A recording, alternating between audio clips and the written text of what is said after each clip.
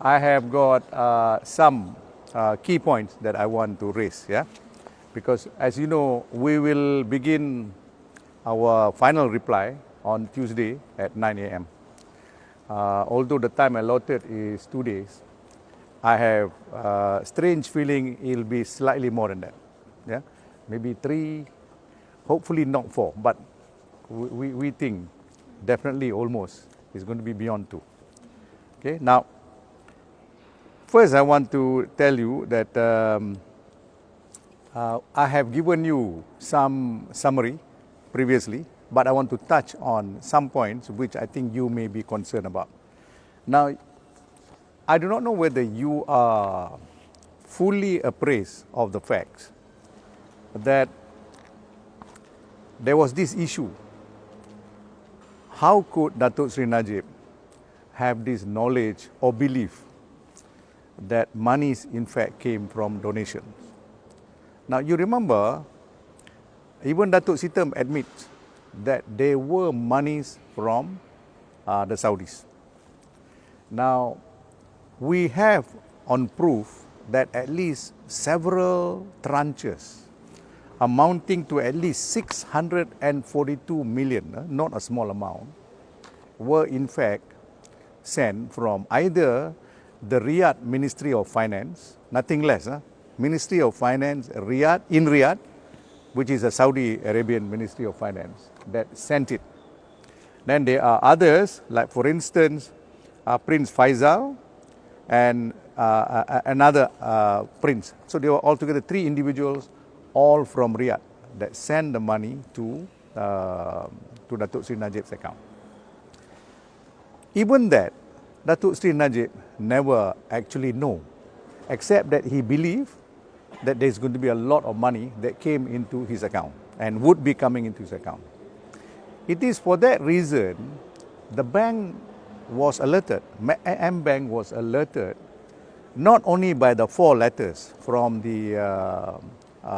from Saudi Arabia, but also from Datuk Sri Najib's own letters alerting Bank Negara and M-Bank that he was expecting. This is contemporaneous document. I mean, as the event was unfolding, the document was provided to the bank that he was expecting a lot of donation from Saudi Arabia.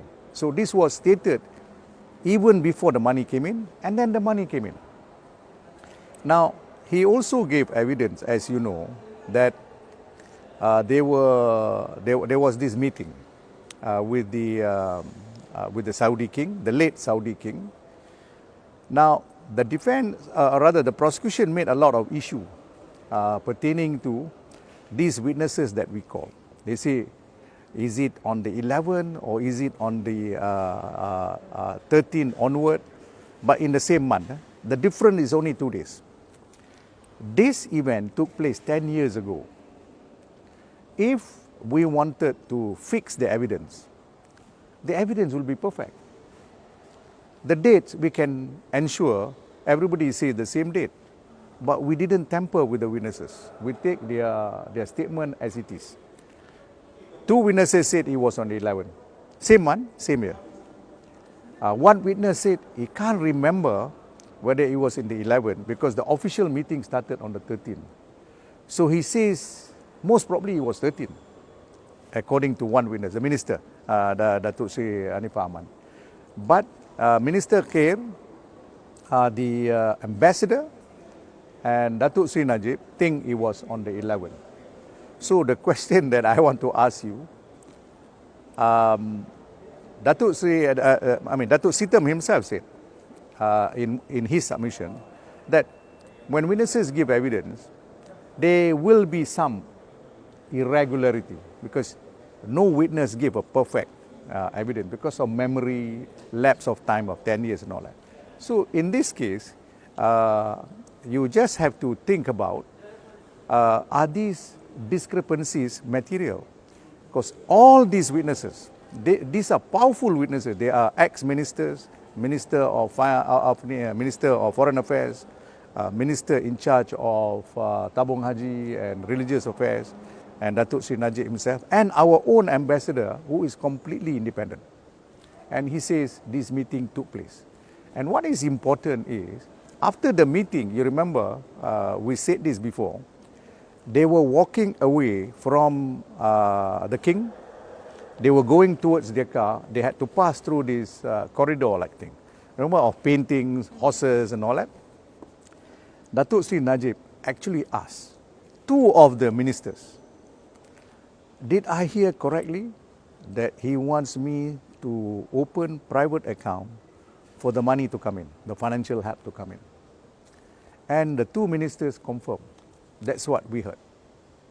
Two ministers, Khair confirmed and Anifah Aman confirmed. The ambassador did not hear, okay? But ambassador said he was a little behind. So the question is whether there was a meeting is overwhelming. How could you fabricate evidence about this meeting which actually took place? The official meeting is from 13 to 15 or something like that. But they say they arrived slightly earlier and there was this unofficial meeting. Anifah Aman thought there was an unofficial meeting, but it was on the 13th, before the official meeting started. So a 10 years ago event, you can forgive him for forgetting. In fact, we do not know who is saying the right thing, 11 or 13. That is all the difference. The actual meeting actually took place. Now, then we have this witness, Datuk Husni. Now, I do not know whether you attended the trial. You can see that Datuk Husni was a person full of complaints, not very satisfied with the fact that he was Minister of Finance too, and then suddenly he was being transferred as a minister in charge of EPU. He thought it was a demotion. Yeah, he thought it was a demotion. I would not have thought it was a demotion, because if you are going to go up, surely you have to take a rotation. Sometimes you are Minister of Finance, sometimes you are Minister of Defence or Education. Nobody should think like that. But he thought MOF2 was his place. He admitted that he felt that it was a demotion. And with that anger, he came and gave evidence. And he said, I went to see Datuk Sri Najib. I offered my help. I said, I want to go to Switzerland. I want to confirm about this money that has gone into Zurich. Okay? When he approached the entire board of SRC, you remember Tan Sri Ismi have said, he said, I took the entire board, I went to the bank, we confirmed the money is there.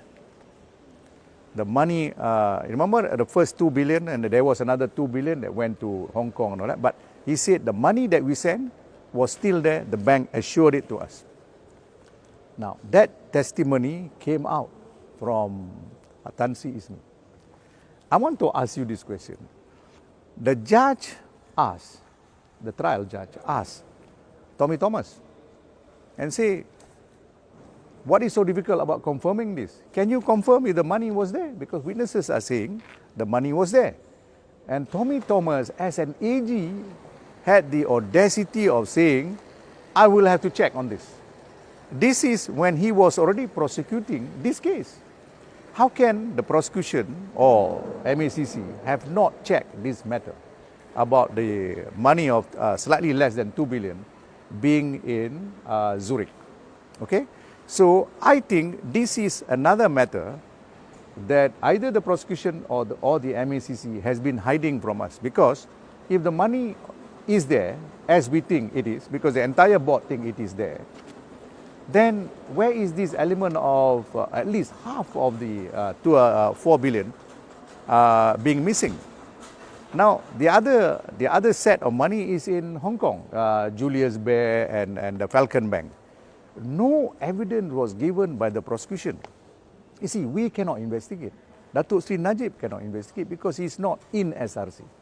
But the investigation was undertaken by MACC, and the prosecution can demand, can we see what happened to the Julius Baer money, what happened to Falcon Bank, and more importantly, what happened to the Switzerland money, which they say the bank confirmed there is. Don't you think this evidence is critical to show? Why is it critical is, remember the 2 billion and the 2 billion went out, came in, went out on the same day. It went out to this bank. And that's why the argument is the 42 million from the 4 billion? The answer is clearly it is not. Correct? So, in order to ensure that that gap is closed, the prosecution should have investigated and tell us in the court that the money that went to Switzerland is still available. Here is the account, and the money that went to Hong Kong, here is the account. It has not gone lost. If it has gone lost, more reason I think the prosecution would have tendered that evidence. Why? Because it will hit Datuk Seri Najib harder.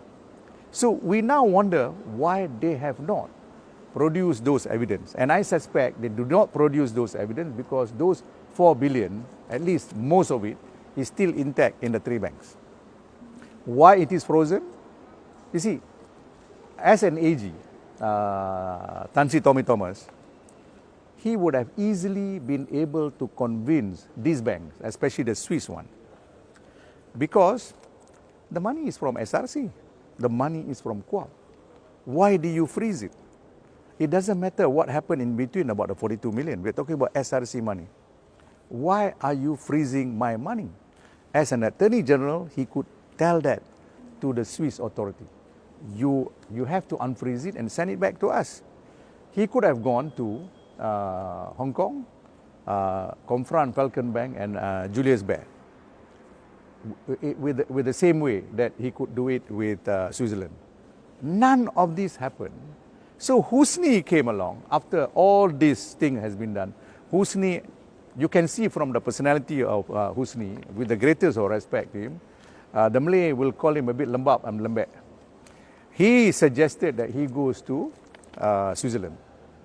Now, in the context of what has happened already, do you think what Datuk Seri Najib said, you don't need to go, is unreasonable? And Husni make a song and dance out of it because he claimed because of his anger that he was transferred, he said that Datuk Seri Najib prevented him from finding out about the money. So if you interpret it in the context of what I say, that is not a truthful statement. Now, that is as far as Husni is concerned. Now, you remember this story about opening of, shifting of goalposts and whether you kick into your own goalposts. We are the one who pressured the prosecution and the MACC because we discovered that there were BlackBerry messengers that the Bank Negara has got and preserved. And Bank Negara, that was an officer I cross-examined, the same name as my son Farhan. You remember this guy Farhan, he said, I recorded it, I transferred it into another disk, and I gave it to the MACC. So that came out like that. So the prosecution was not very comfortable with the evidence coming up because they were hiding it. So we asked for those BlackBerry messengers to be given. They resisted. It was, I think, about 4 days of argument, and finally we got. The judge was, we pressured the judge, and the judge gave us the thing. And then when we received it, they took the whole, I think, 1 month to give, more than that, more than 1 month to give us the BlackBerry messenger. I don't know what they did with it, but whatever we got, we knew why they didn't want to give it to us to begin with, because it shows that Nik Faisal was not communicating with the bank. Nik Faisal was the only person who is authorized to be the representative. They call it the mandate holder, to deal with the bank. The bank did not deal with Nik Faisal, and Nik Faisal was not communicating. And when we cross-examine the bank and we say, hey, you did not communicate with Nik Faisal, but you were communicating with this character you call boss, you call brother, and you call our friend. And then we asked her, who is this person? Finally, Joanna Yu confirmed is Jolo. Okay? So, our defense become a lot better because we have said Datuk Seri Najib never communicated, either himself or through Nick Faisal. You remember, if today I want to speak to my bank, assuming I have got not much, let's say I've got 3 million, and I said I'm close with my bank, and I said I want to do some transfer and all that. Do you know that when you call your bank about accounts, your conversation is automatically recorded, and that has been happening for the last 20 years. Everybody knows that. So if Datuk Sri Najib called, it would have been recorded, either BlackBerry Messenger or in the main system. That's what happened with Jolo. Jolo was not recorded on the main system. It is not the bank system. Can you believe it? This BlackBerry phone were given to the bank officers by Jolo, given to them free. It's like almost Hari Raya gift. Give to them, have it. You communicate only with using BlackBerry with me. You do not communicate with the official phone system or the system of the bank. This is Jolo instruction to the bank officers. Okay, so you just think about it. If everything is above board with Jolo and the bank, why do you do a secret communication on the BlackBerry? We are quite thankful to Bank Negara because they did a sudden raid, and that's how they found there is a BlackBerry Messenger put aside by the individuals, including Joanna Yu, and they got it, and it is from those BlackBerry Messenger, Bank Negara was quite shocked that communication was private, not only about transferring of money, but there were also times when they say, do not communicate with Datuk Sri Najib. You remember there was once by mistake, they sent a credit card account, or rather statement, to PMO. One of the officers, you see that sometimes God helps you in mysterious ways. The officer saw it, went to see Datuk Sri Najib, presumably. Datuk Sri Najib said, go and find out what it is. So the officer called up the bank, and the bank was alerted that, oh, Datuk Sri Najib came to know about this, or at least one officer came to know about this. The next thing that happened was within minutes, Jolo called up Joanna Yu and other officers and scolded them. Said, why did you communicate this matter with the Prime Minister? So I want you to think about it. Why is Jolo taking so much effort, and the bank was working with him to keep away from Datuk Sri Najib, or at least from Nick Faisal, the nature of the accounts and the amount of money going in and out, how much is balanced and all that. You see, this is consistent with him not knowing. The evidence has been led, and prosecution confirmed. Datuk Sri Najib confidently issue checks. You see, a man thinks, Datuk Sri Najib thinks, I've got so much money coming from Saudi, he just issue check. And that's why he said, I have a feeling that there is money, enough money, because there's billions there coming from Saudi. 9 or 10 times the checks will bounce because there's not enough money. Okay? He didn't know. Can you imagine a Prime Minister knowing his account that there is no money, issue check? Bagi dekat UMNO, bagi kat this. Do you think he would do that? That act itself shows his state of mind being, he doesn't know. I have no knowledge of the state of my account. And that's why I issue my check. And who ran around to make sure that there is money? Very ad hoc kind of practices. It was Jolo and the bankers. You remember there was at one time Joanna Yu put her own money in order to make sure the checks will not bounce. Why would these people do that? Unless there is conspiracy between the bankers and Jolo and others. And of course, the top management of SRC, I'm not talking about the directors, because the directors pretended to play dumb, totally dumb. Sitting there, they said they don't know what's happening. They don't know money coming. They didn't know the 2 billion left. They didn't even know of a secret account of SRC. They didn't know that there was such an account. Okay, so the top management of SRC was playing the fool, was communicating definitely with, what's her name, with Joanna, as well as others in the bank. Okay, now, then we have also touched, you remember, who is their most critical witness? Their most critical witness is Datuk Subo. If you take Datuk Subuh away, their case collapsed. Why? Datuk Subuh was the only live witness they call that says at one point of time, and then it changes, and he says he signed the 3 instructions constituting the 42 million. Okay, he gave 5 statements to the MACC. We didn't know this until we cross-examined. When we cross-examined, we realized he admitted he gave 5 statements. And I said, I want to know.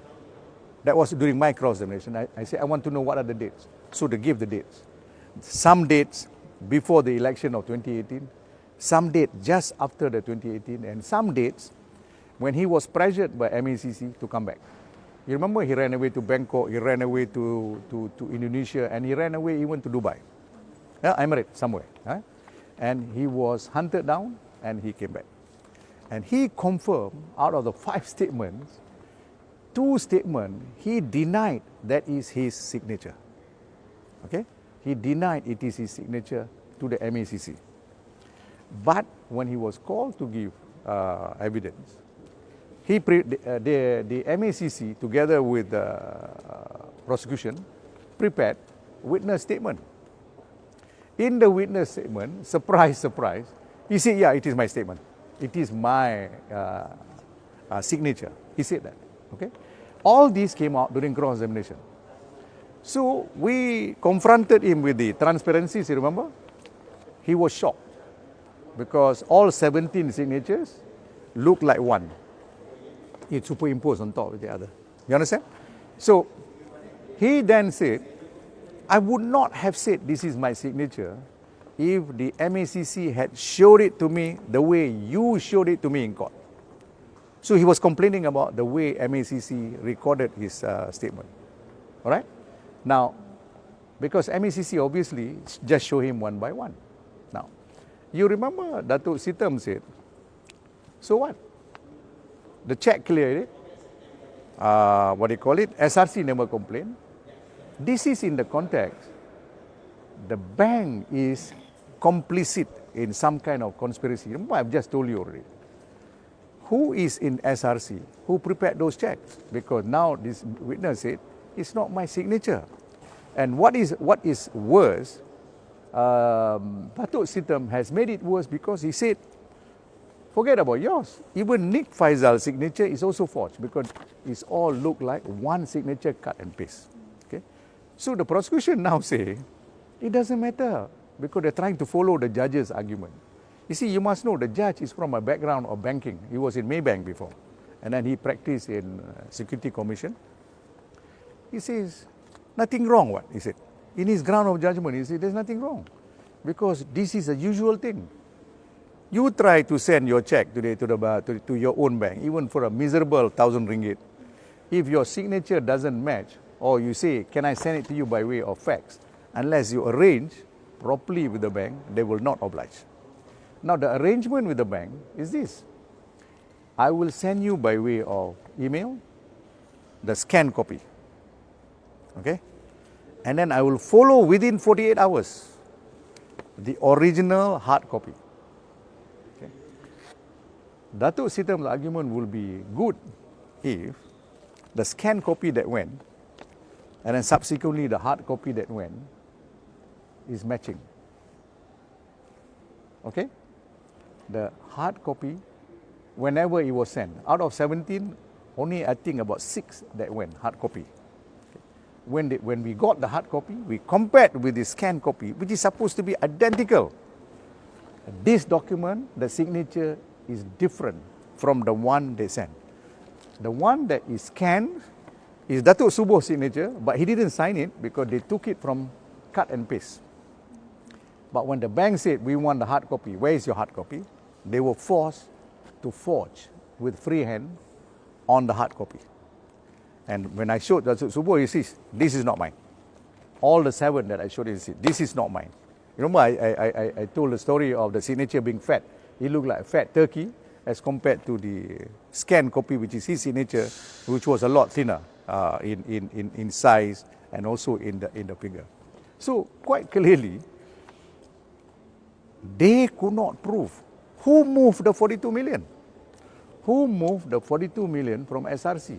If you cannot prove who moved the 42 million from SRC, how do you conclude Datuk Sri Najib was the one who was the agent of SRC, who's got shadow director powers? He influenced everybody. And he is the one who caused the money to be transferred to his account. Where is the evidence? Because they called Datuk Subuh for that purpose. And Datuk Subuh, remember, tried to say, I signed. Nik Faizal also signed. He lied because he tried to go back in memory. Because he thought that is his signature, I must have signed. And he said, I must have signed it because Nik Faizal have signed it. But when we said, this is not your signature, he agreed this is not. And he, in fact, he said, nobody can sign identically, no human being can do it. So if he says that this is not his signature, what happened to the story about who actually transferred it? If you do not know who transferred it, who is it that Datuk Sri Najib instructed? Because they cannot even identify the person. Neither Nik Faizal nor Datuk Subuh. So this is why who transferred the 42 million is absolutely critical. It is their plank. It is the plank of their case. It's the central pillar of their case. If you don't have it, you're dead. The case should drop automatically. Okay? That's why we are stressing on it. Now, the next one, they make a big hoo-ha about. We thought it is interesting. But before I move to the next, so you can see who moved the goalpost. Because from wanting to prove 42 million was signed by these two, they now say no need. Who cares who signed? The money went into your account. If money come into my account, let's say money come into my account from my own firm, Shafee & Co. Let's say I've got many partners. Partners never approve it. Money just came into my account. If you want to charge me for CBT of Shafee & Co., you have to prove that somehow or other I have knowledge that this money came. And you have to prove who sent it to me. Maybe I myself, because I am the principal of Shafee & Co. You have to show. None of this was shown. Okay? So, talking about we kick into our own goalpost is utter nonsense. Because we are still with the benefit that from a simple case of 42 million, Subuh and Nik Faizal signed, now you say no need their evidence. Because their witnesses were trampled gloriously, finished. Yeah? But the judge, in dealing with Subuh's testimony, we are shocked. On Tuesday, you will hear whether I'm justified or not in using certain words in relation to the judgment. Yeah? I may have to repeat it, but you will be surprised that I'm going to give the list of things what the judge said in his judgment, because I've not dealt it like that. Since we were challenged today, I'm going to deal with it one by one and tell you how the judge have dealt with it. In Subuh, he said he's an old man, he had some kind of, stroke. He may have forgotten. But what are you talking about, he forgotten? He said, that's not my signature. And he said, if MACC had shown it to me like that, I would have known this is not my signature. He said it. So why is the judge saying I can accept his statement because he had a stroke? Why do you provide a reason when the witness said, this is not my signature because you have just demonstrated to me this is not my signature and you have demonstrated to me the hard copy is not mine? That's the end of the matter. Why do you provide? This is why I made certain other allegations. Allegation number 2, then I'll come to allegation number 3. Now, they say, he bought Rosmah on credit card. I think a Chanel watch. Okay. If you take 99.99% of the money was not used on Datuk Sri Najib or his family. They were sent either for political purposes, some sent to UMNO, some sent to CSR. See, the two companies were CSR company. You know which company? Sorry? Ehsan Perdana is one, and the other one is Gandengan Mentari. Both are set up. Gandengan Mentari was set up as CSR company for SRC. And Ehsan Perdana was set up as what they call it, CSR company for 1 MDB. So it is for that reason Jolo and the people in SRC have rerouted it through these two companies so that Datuk Sri Najib will not be suspicious where this money come from. Okay? Because because as I told you, he never checked. Prime Minister will never check. I don't check. I have not seen my account. My son here will tell you I have not seen my account maybe for the last 30 years. And my firm is tiny. There is no way I can check. I have to rely on my accountant. If my accountant play me out, I'm dead. Okay? Now, so 99.99% he spent on that. This so-called Chanel watch, he must have had no other alternative, buy that first using that particular credit card. So where is this element of bad intention? Huh? And also, he bought it for about what? I think a couple of $100,000 US, that watch. How do you know that watch, the money that he paid for, was not from the real Saudi money, which was, remember I told you about 700 odd million that actually came from Saudi? How do you know that it is not from there? But he said, I have not used for my personal except for that, and the rest all have gone to CSR. And there is another interesting thing. This we will submit on Tuesday. You know, they make a big hoo-ha about, hey, why did he return the money? 620 million US. He returned the money after the election. He gave evidence, but the prosecution chose not to read it. He said, after the election, we have won. Slightly lesser in majority, but we won. The king gave it to me so that I will return to power because of global development in Muslim countries. Remember, immediately after that, you had the Arab Spring. Indonesia was having ultra-Muslims, Philippines and Thailand. And he said, yours is the only country, ultra-Muslim have not read their ugly face. And he said, this contribution is for you to return to power. It's not because he loved Najib. It's because Najib happens to be the leader. If Muhyiddin was the leader at that time and he met the king, it will be Muhyiddin who got this to make sure that the liberal Muslim country remain a liberal Muslim country. Okay? So he said, I got the money.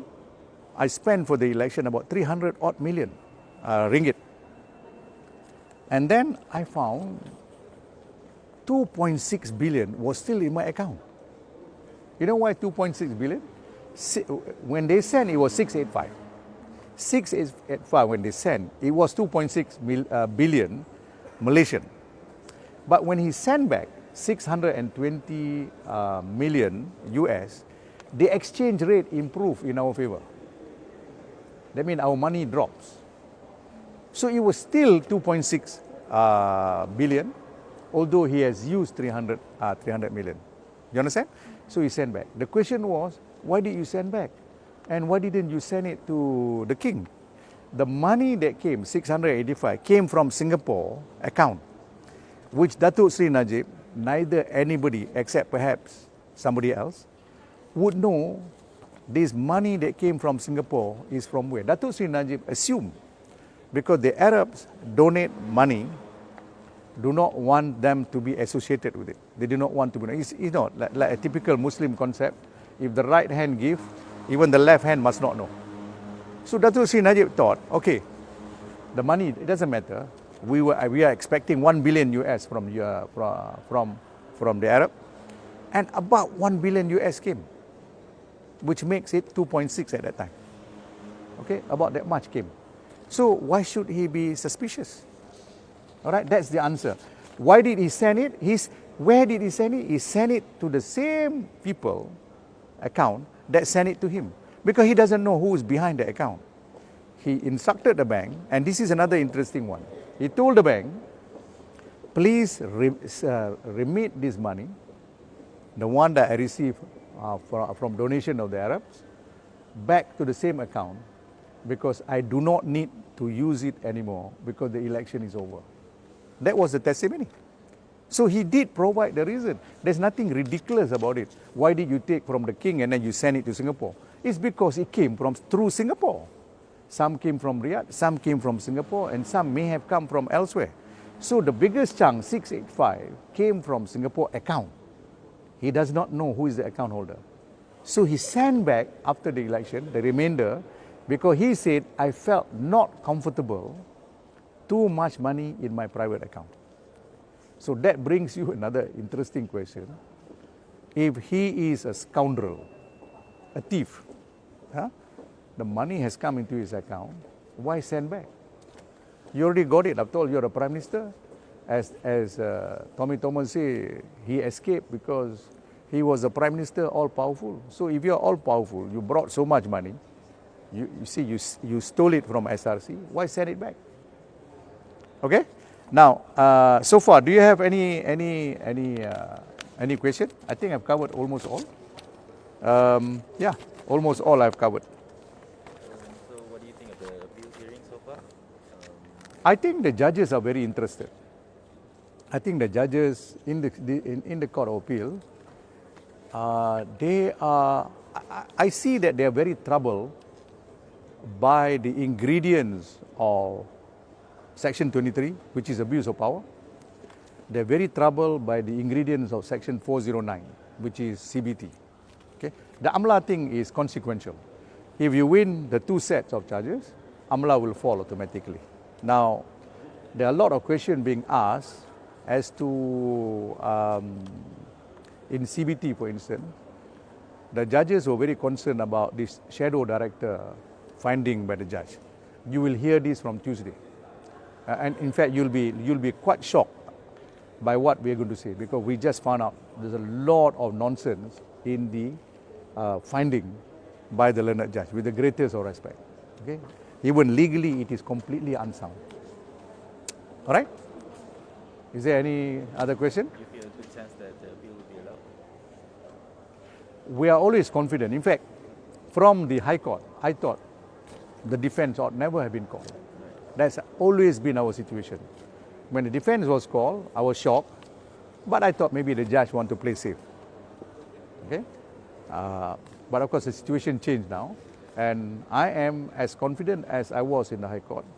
But let's see. Okay? Anything else? That's it? Thank you.